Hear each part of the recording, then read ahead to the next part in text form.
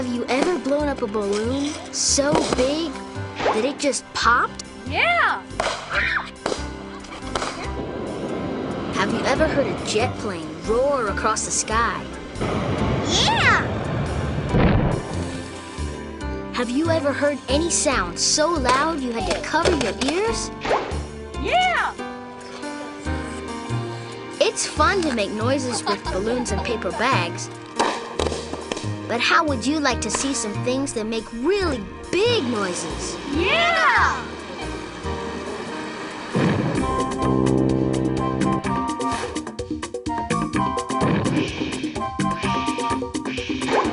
Welcome to the Big Boom!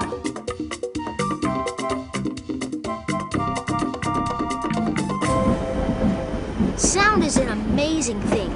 You can hear sounds, and when they're really loud, you can even feel sounds. Sound is a series of vibrations that travel in waves, just like the waves in the ocean.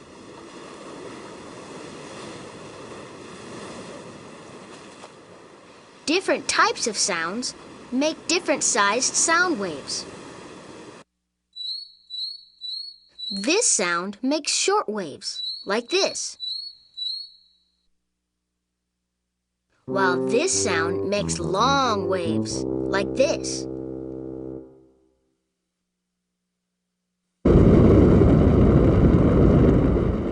Some things make loud sounds,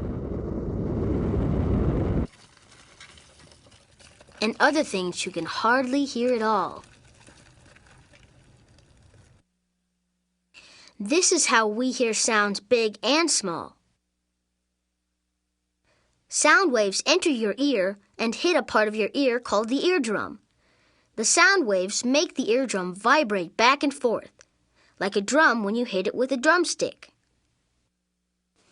This causes other parts of your ear to vibrate, here and here. This sends messages to your brain, and those messages are the sounds you hear. Soft sounds might go through your ear like this. Loud sounds might go through like this. Too many loud noises can damage your hearing forever. If you're ever around big booms, remember to stand far away and wear earplugs or cover your ears. Just before every space shuttle launch, a special system pours thousands of gallons of water on the launch pad. This helps to reduce the sound waves of the powerful rocket engines. Without this system, the sound would be so loud that it could damage the space shuttle. Wow!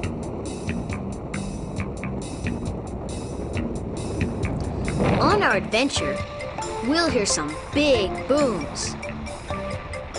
We'll learn how a boom is caused by nature, like a volcano. We'll see a boom caused by explosives. And we'll hear one caused just by air being moved around.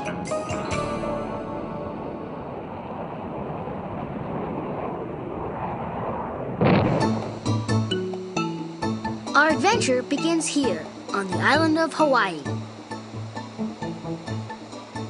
Hawaii is the 50th state located right in the middle of the Pacific Ocean.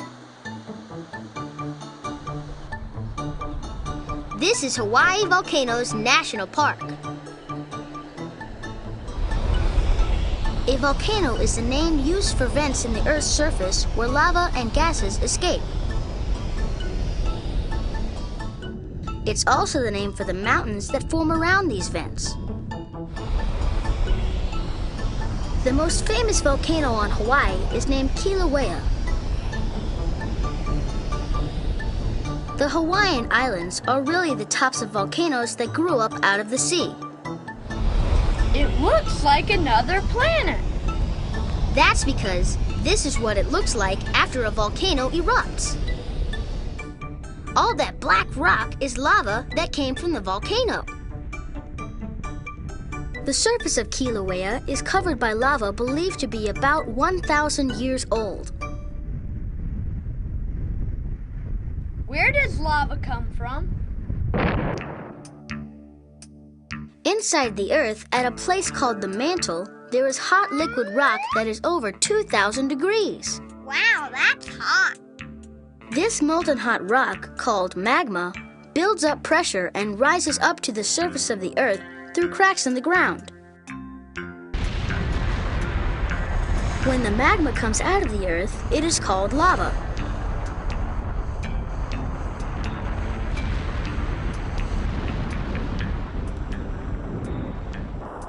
Sometimes it shoots into the air. Sometimes it flows out like a river. And sometimes it just oozes out. Either way, nothing can stop an eruption of lava.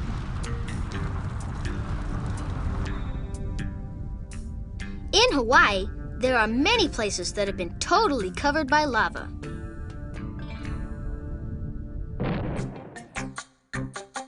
This is Kilauea. It is an active volcano that's been erupting for the last 15 years. Almost every day, lava flows out of Kilauea and flows down to the sea. The lava is about 2,000 degrees Fahrenheit, while the ocean is only 79 degrees. When the hot lava meets the cold water, it shatters into black glassy pieces like sand. Sometimes it shoots up rocks the size of soccer balls and throws them hundreds of feet. Wow, that's a big boom. Fountains of lava spin long, thin strands of glass that look like golden hair. These small golden slivers are called Pele's hair. In Hawaiian legend, Pele is the goddess of the volcano. Some people say she lives in the crater of Kilauea and controls the eruptions.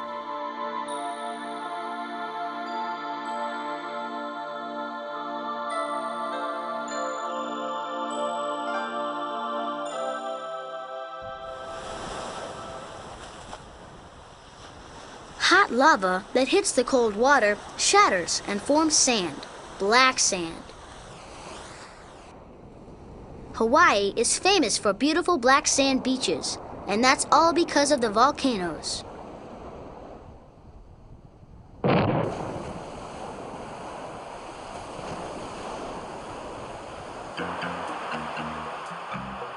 Almost every day, the lava from Kilauea flows into the sea and forms new land.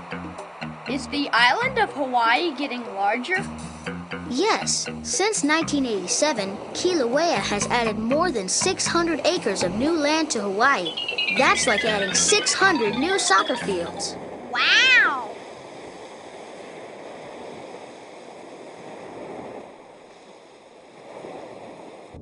As the lava flows, the surface cools and forms a hard skin, just like the top layer that forms on pudding. When it hardens, the lava forms incredible shapes, like chocolate frosting made of rock.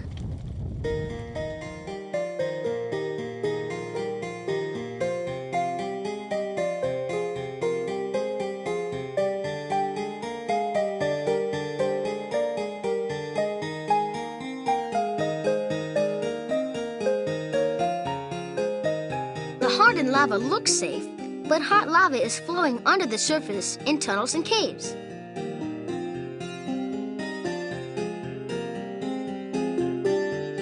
Lava flows one way, then it stops and flows another way. When it stops flowing down a tube, the empty tubes become caves and tunnels. Hawaii has miles of old lava tunnels all over the island. That's really neat.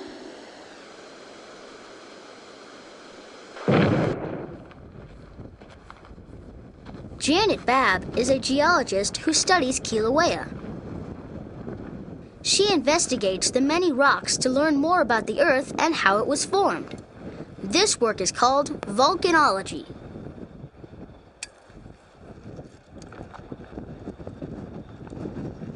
Well, here in Hawaii, we're studying the volcanoes, trying to really learn how volcanoes work. You know, how the magma comes to the surface, what makes them erupt. We study the gases. We sample the lava flows, to how that changes in the eruption.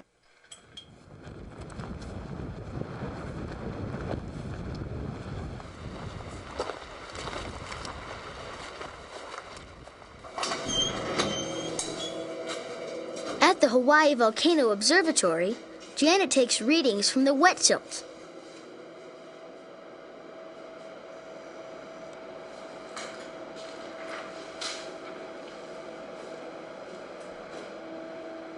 This instrument measures movement inside the volcano.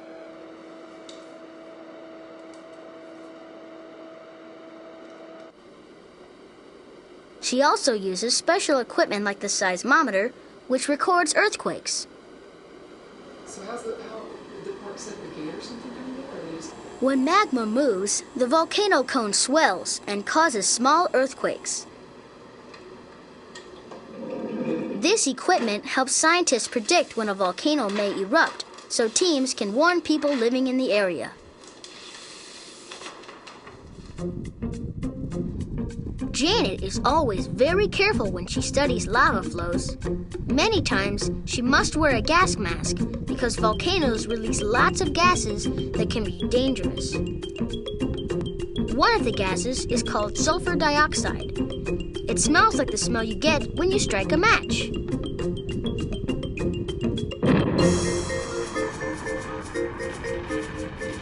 There are more than 500 active volcanoes around the world.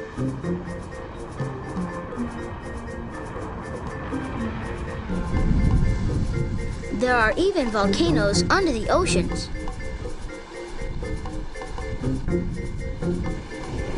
Some volcanoes form over hotspots under the sea to form islands, like Hawaii.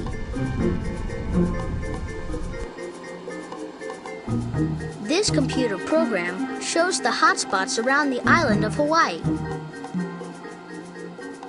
There is a hotspot below the earth that formed Kilauea.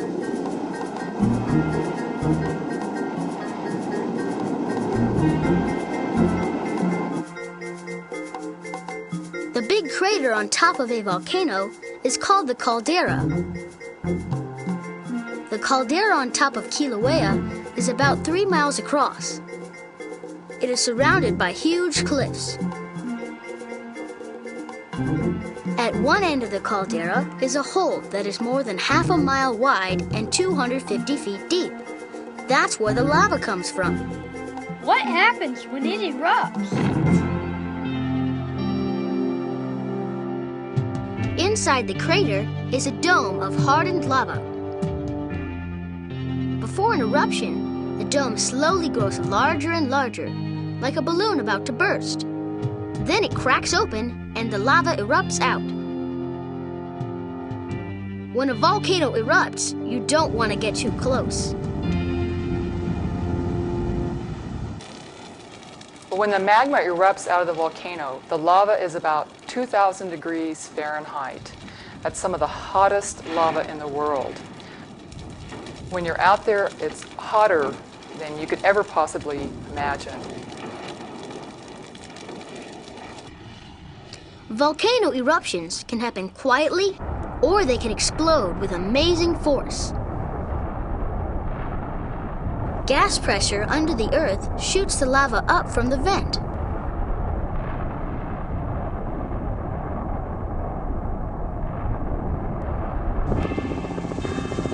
Sometimes a narrow crack opens in the earth and lava and gases shoot out. Wow. This is called a curtain of fire. The first time I saw a curtain of fire, the thing that I couldn't believe was how much force was involved in that eruption. The lava was just shooting up a couple of 100 feet, and there were just gases hissing. You could actually see the blue flame. It sounded almost like if you were standing behind a jet about to take off.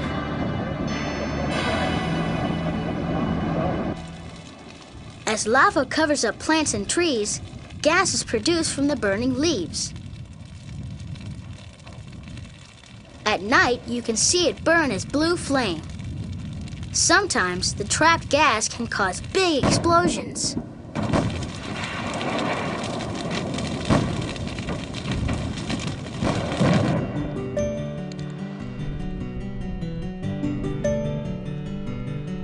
Not everything is destroyed when a volcano erupts. Within years of the lava hardening, plants appear in cracks where there's moisture. Lava soil is very rich.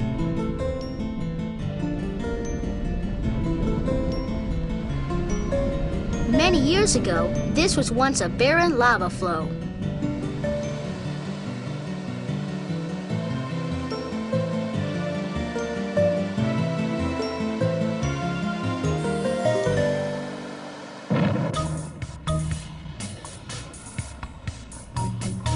Since no one can travel inside the Earth to see how volcanoes begin, scientists still have lots of questions.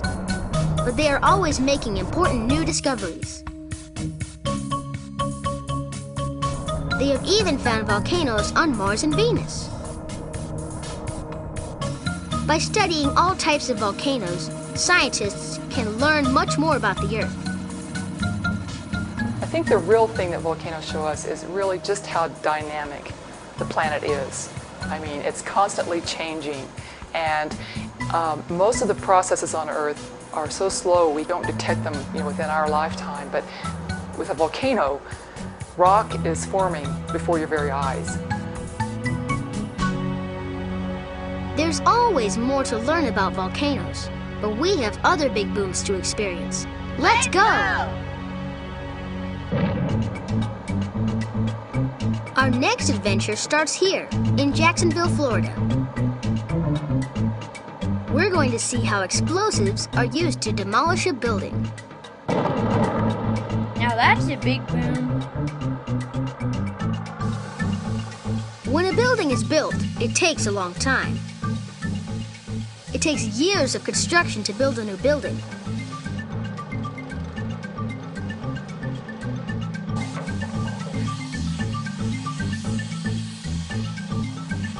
But it only takes a few seconds to blow one up.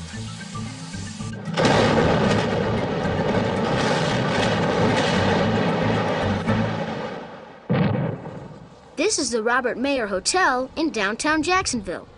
We will see how this 20-story building will soon be a pile of broken concrete. Wow.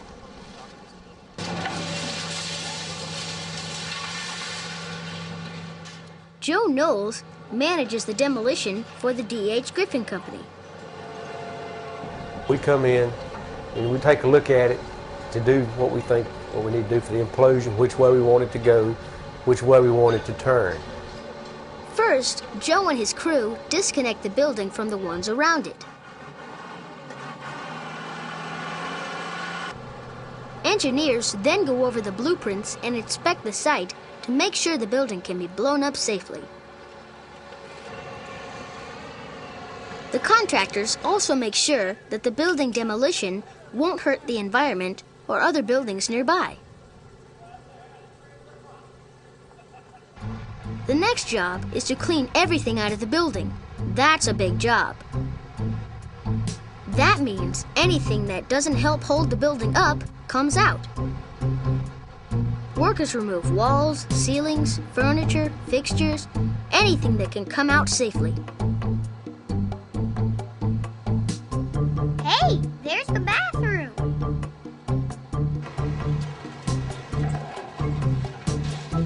We went through this whole hotel, took out all the wood, all the old beds, carpet, got all that stuff out of there. Almost everything in the hotel is sent to be recycled. Meanwhile, crews spend almost a month working underground, drilling anchors from the building to the street. That's so the walls won't cave in and buckle the streets and sidewalks when they fall. Then they cut the entire building in half, every single floor, so that the whole building is weakened. To demolish the building, crews figure out how they can blow up certain supports for the building to make it fall down onto itself, like a pile of blocks. This is called an implosion. Cool. It takes about 6 or 7 weeks to prepare the building for demolition. Joe and his company must work with lots of other people in the city, like the police department, the fire department, and the utility companies.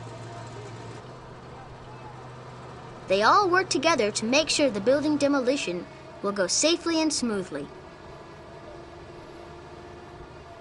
After the building is totally empty and cut in half, it's time for the blasting crew. This is Steve Pettigrew. He and his crew blow up buildings for a living. Cool. They have to plan the explosion so that the building falls straight down. The main thing you're looking at is what's around the building. How much room do you have? How much space do you have to accept the debris while it's failing? Looking at the utilities underground. How much glass is in the area? The blasting crew drills holes in the vertical columns all over the building. Inside each hole, they put an explosive charge. This building demolition will use almost 600 charges. Wow! After they are installed, the charges are wired together to a control panel. This process usually takes 3 or 4 days. Do they put explosives on every floor? No. Crews place charges in the 2 underground floors, and on the first floor, the second floor, the 6th floor, and the 12th floor. These explosions will be carefully timed to make the building collapse in on itself, like when you pull out the bottom blocks from a tower. Demolition experts have to figure the timing of all the explosions so that the weight of one part of the building will help collapse another part. This takes lots of careful planning and lots of math to make it all work. Joe's company wants the building to fall down, but they also want the giant concrete columns and slabs to break apart into pieces that are easy for construction crews to remove.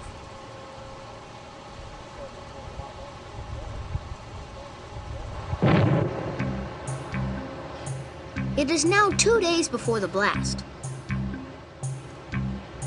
All the charges have been set and wired up. Steve goes in to make sure that all the wires are connected and set properly.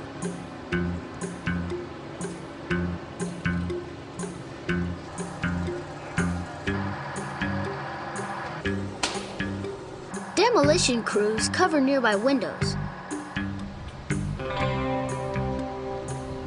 They also wrap the nearby streetlights with a special fabric called tencel to protect them from the blast.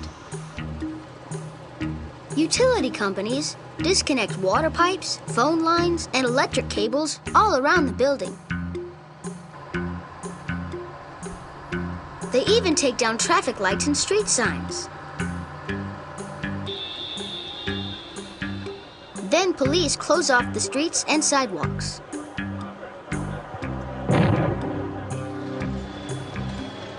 On the day before the implosion, workers bring in giant tractor-trailer trucks and circle the entire building, just like the circling of the wagons. Then they put plywood against the trucks. Why do they do that? That's because the implosion will create a huge gust of wind. That gust can be as strong as 75 to 85 miles per hour, like a small hurricane. The trucks and plywood send the gust right back up into the air, so it doesn't do any damage. Cool.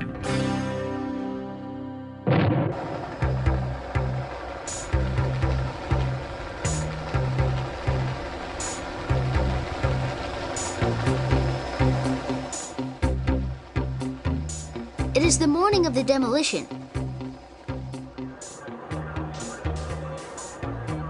Everyone is ready.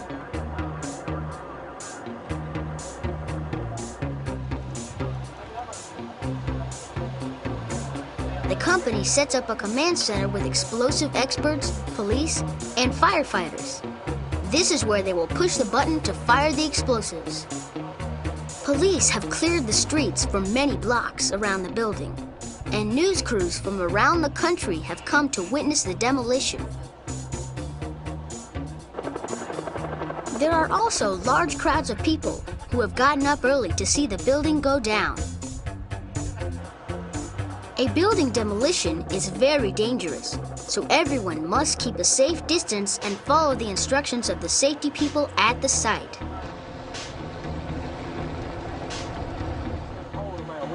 When everything is ready, the countdown begins. Listen, that's the 2-minute warning. And the 1-minute warning. 15 more seconds. And the countdown begins.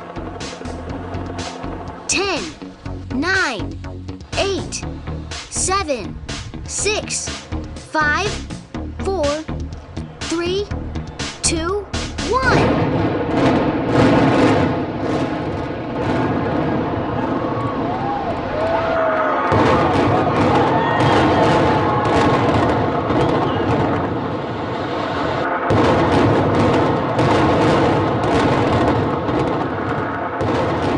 In just 6.5 seconds, the building lands in one big, neat pile, just like the workers planned. Boy, are they happy. It's a very good feeling. It's comparable to winning a big game in sports, the championship. There's a hint of danger, there's a hint of risk. It's actually just a big rush. I mean, you know you've accomplished something that only so many people can do. And you know, we take a quick glance, we know if it went right or if it went wrong. But it's gratifying once you know it's went right. The 20-story building is now collapsed into the basement and is now only 4 stories tall. Wow! Now that the building is down, the next part of the job begins, the cleanup.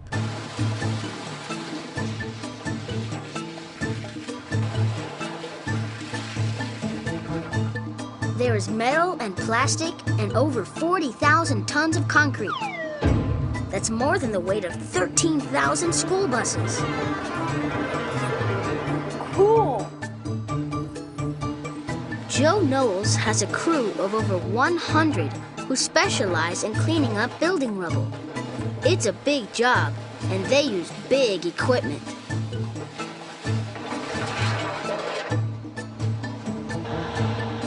What is that? It looks like a dinosaur. That's called a grapple. This giant machine is so strong, it can pick up something as big as a truck, or as small as a 2x4 piece of wood. It can also chew up pieces of concrete and turn them into dust. Equipment's such high tech. It's all electrical computer. That's operating on a computer. You got to have the schooling to do these jobs, you know. If you want to play with the big toys, you're going to have to stay in school. It's complicated.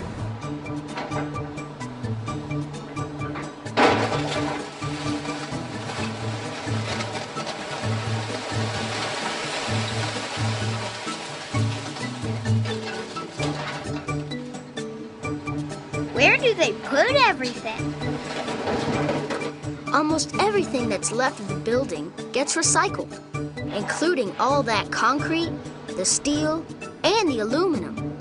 It takes a lot of hard work to demolish and recycle a whole building. The workers will clear away the 40,000 tons of rubble in just 1 month. It takes 9 months from the beginning of the project until the last piece of rubble is carted away.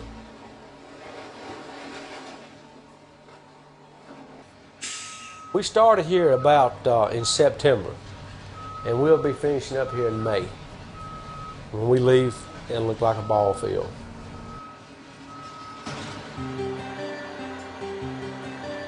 And now the space is clear to start building a new building.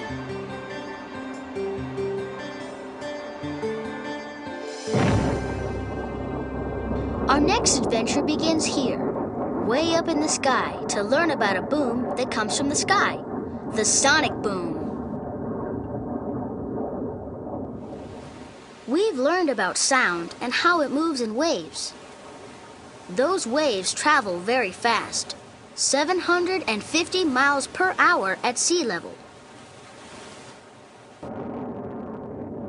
A little slower miles up in the air where airplanes fly and the air is thinner.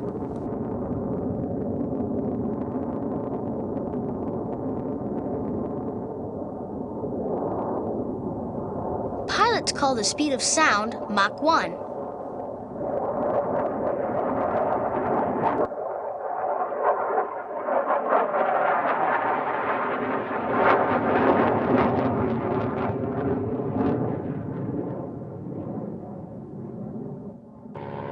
The speed of sound is called the sound barrier because before airplanes got really powerful, they could fly right up to the speed of sound, but not faster. If they did go faster, they would hit the sound barrier, lose control, and break apart.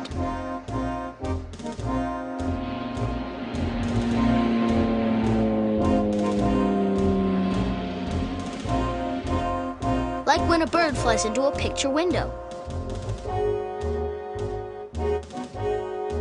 But scientists knew the sound barrier could be broken by airplanes.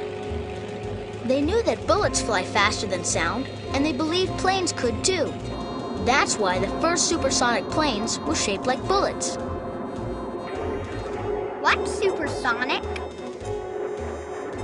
Things that go faster than sound are called supersonic.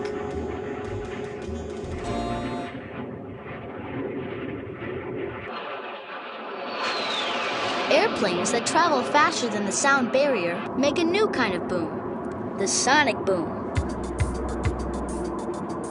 Yeah, just somewhere a little under 1.5, 49, and it's fun. Sonic boom should reach us any moment. We'll stand by.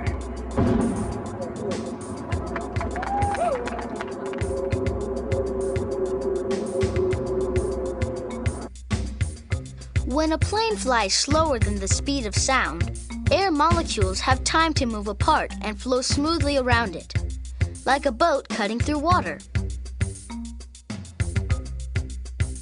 But air molecules can only move so fast. When a plane goes faster than the speed of air and sound, it starts to push the air molecules like a plow, because the air molecules can't move fast enough.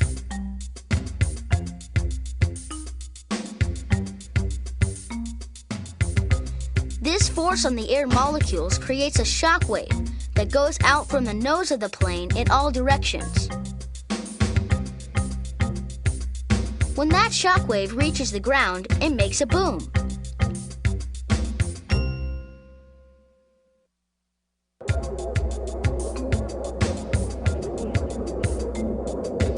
A sonic boom isn't really one boom. It is a single sound as long as the plane is going faster than the speed of sound.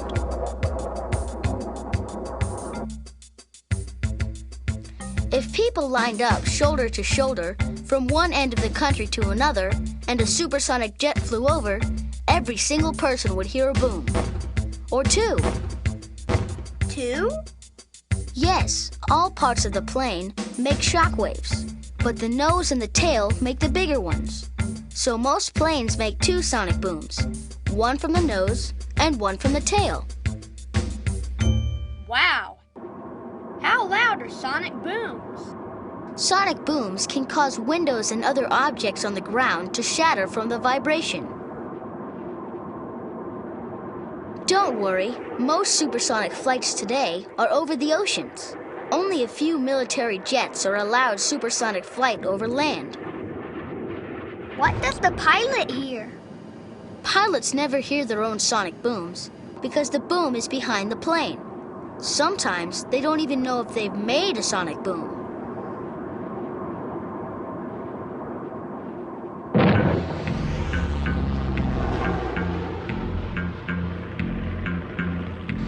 An airplane first broke the sound barrier in 1947. It was an experimental plane called the X-1. The pilot was a young hero named Chuck Yeager. He was only 24 years old. The X-1 couldn't even take off by itself. It had to be dropped in the air from a larger plane. His plane broke the sound barrier for only 28 seconds. It was a dangerous mission. Yeager flew the X-1 at 43,000 feet. That's almost 8 miles up in the air. The mission was to take the airplane as fast as it would go, and I sat there fat, dumb, and happy and let it go, you know. And I've been asked by modern, well-trained test pilots, I said, why didn't you shut it off, man? I said, man, I just wasn't programmed that way. I had a feeling of really accomplishment. You know, it had been predicted that there was no way to get above the speed of sound, and our airplanes were just limited there. But the mission was a success. It changed the way airplanes were built, and it made supersonic flight possible. Soon after that historic flight, better, faster airplanes really started to take off. Almost all supersonic jets today are military planes. They come in all kinds of shapes and sizes, and they do lots of different jobs. This is an F-16 Falcon.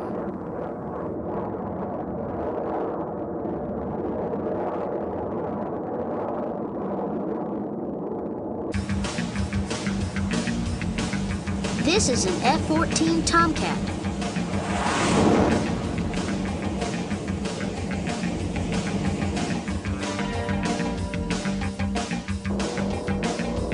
This is a B-1 bomber.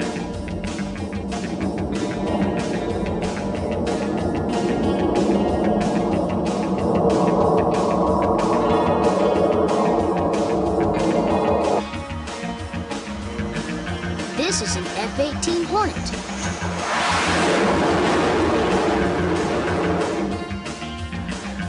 It takes a lot of power for a plane to break the sound barrier.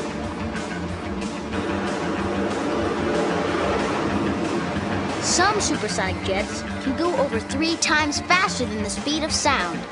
That's really fast.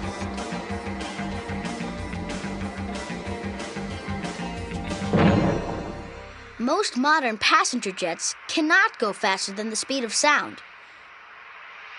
They usually fly at speeds less than 600 miles per hour.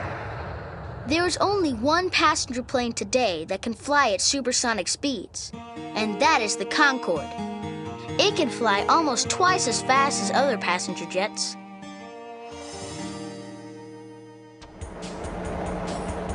The Space Shuttle is another aircraft that flies faster than the speed of sound.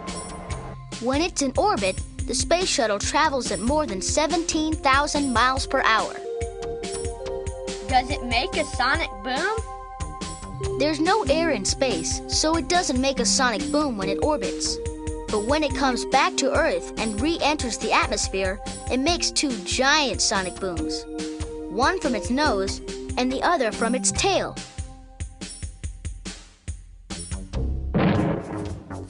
This is the Arnold Engineering Development Center, located in Tennessee. Here, scientists learn more about the sound barrier and how they can make planes go faster and use less fuel.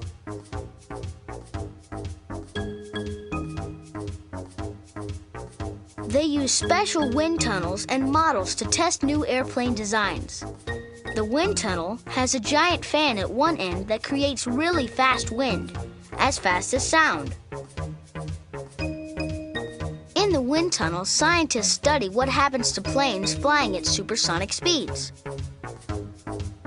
What happens to the model in the wind tunnel will happen to the real plane in the air. This helps engineers design new planes that fly better.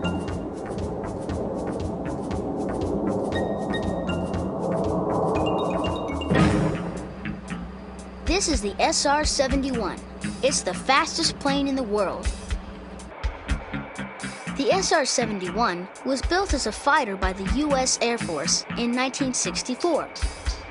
After all that time, it is still the world's fastest and highest flying plane. NASA uses the SR-71 to gather information on how planes fly at supersonic speeds. They will use this data to design new supersonic aircraft, including ones for passengers.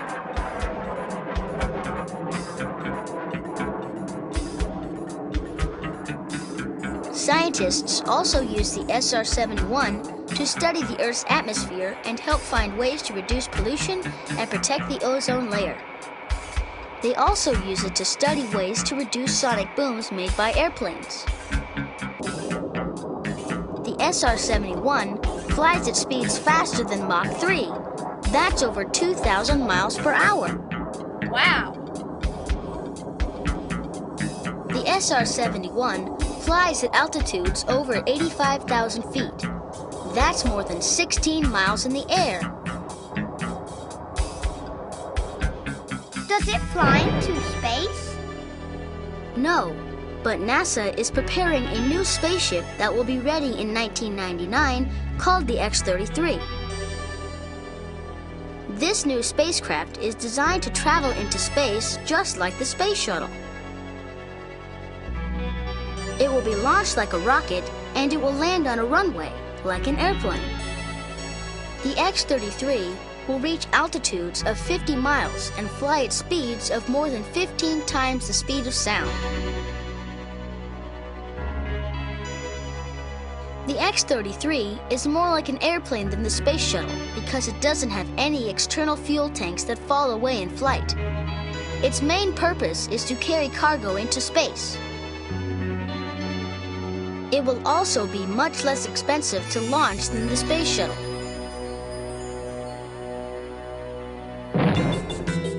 Airplanes and jets have come a long way since the first flight broke the sound barrier in 1947. All these new planes have helped make air travel faster and safer.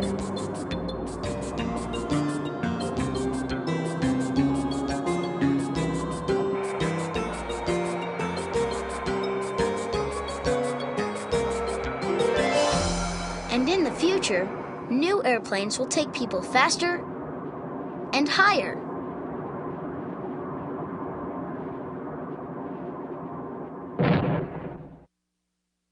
Would you like to take one more look at some big booms? Yeah!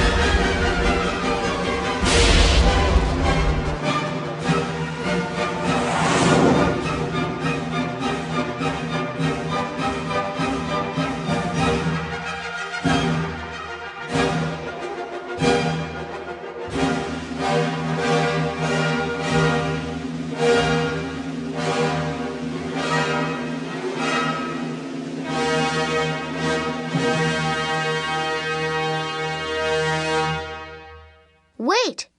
Watch this!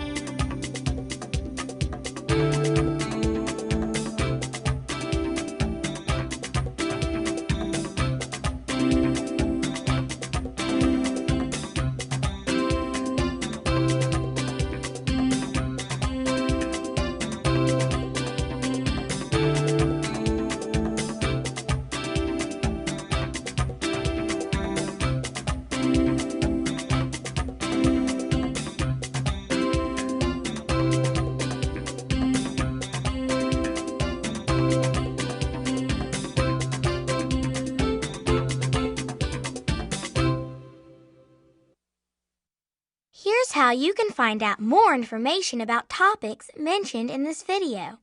Use your computer and look up these websites. And remember to check out the Little Mammoth website at www.littlemammoth.com.